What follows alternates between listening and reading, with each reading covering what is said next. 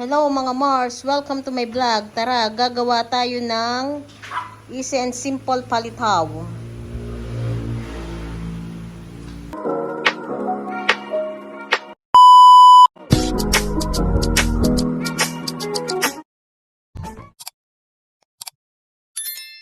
Mga Mars, ito ang sangka para sa paggawa natin ng palitaw ay sus. Napakadali lang pala na re.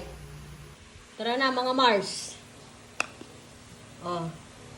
Meron ako ditong 1/4 cup ng sukatan. Bali, parang 60 ml siya. So, 4 na ganito para maging isang cup. Gawin natin siyang isang cup. Marami na kaya to? Well, 3 lang naman kami sa bahay. So, isang cup lang.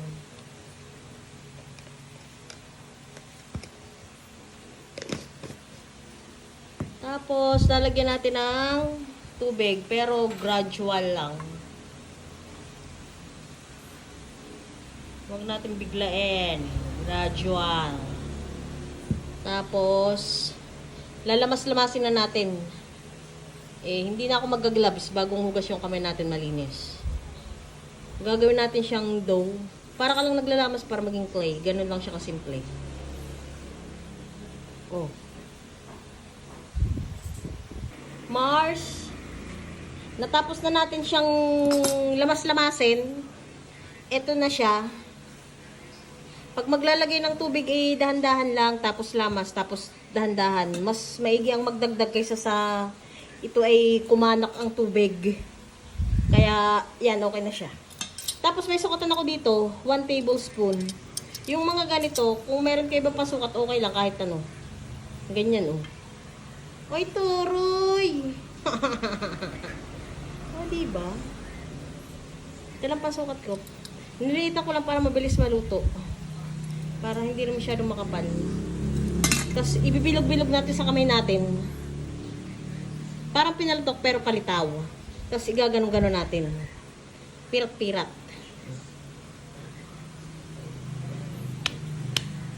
Ay, oo nga. Tunay nga. Huwag natin kapalan.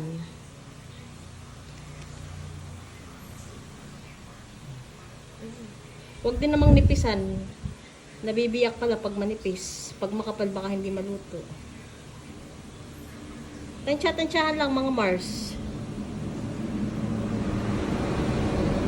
Hindi naman siya masyadong ganun kabilog. But at least, may sukatan tayo. Ito yung tatapusin natin. Gawin natin ang same procedure hanggang sa matapos.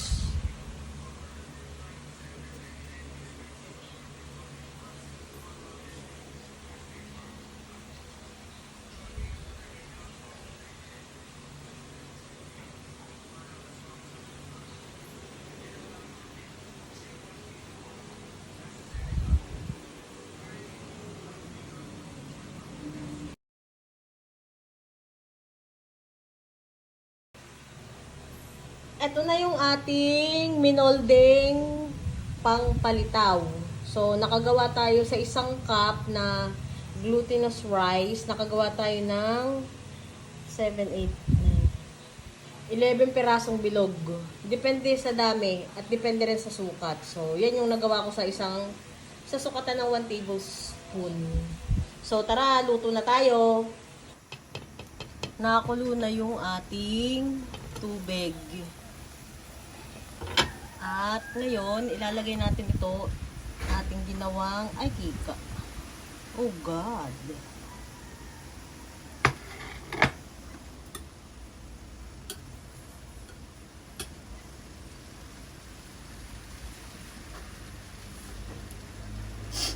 Ilalagay natin siya. Isa-isa natin siyang ilalagay.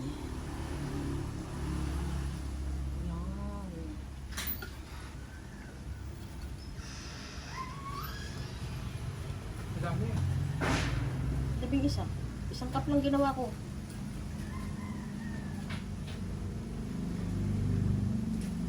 Kuha mo akong dahon ng saging.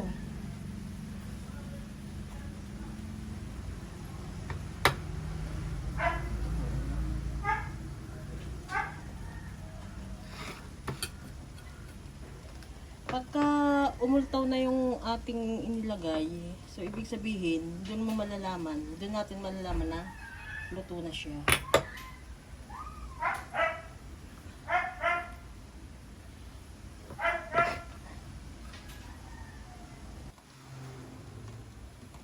Ayan na Mars, nagsipag-ultawan na siya.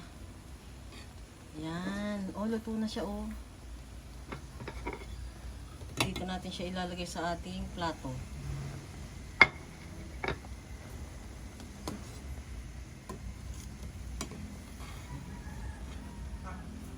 Lagi dito, ang dahon ng saging.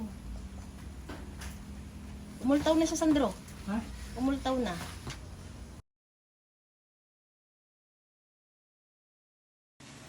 Ito na yung ating nilutong palitaw. 11 pirasong bidog. So, i-dip or i-coat na natin sa ating kinayod na niyog at asukal. Pwede rin siyang lagyan yung asukal ng sinangag na sesame seeds. Pero wala kaming sesame seeds, so asukal na lang at saka kinayod na niyog. So, ganito na ang ating gagawin. Ay, napapalad yung ating dahon. Teka lang.